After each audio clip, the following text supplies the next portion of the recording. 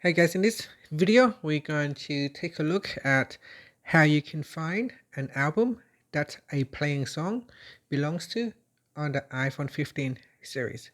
First, let's go back to your home screen by swiping up at the bottom of the screen.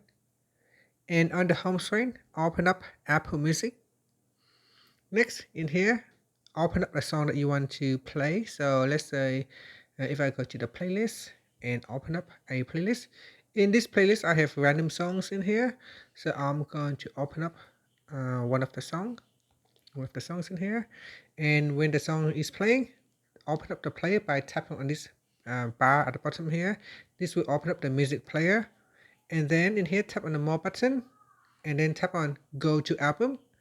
And this will direct you to the albums that that the playing song belongs to.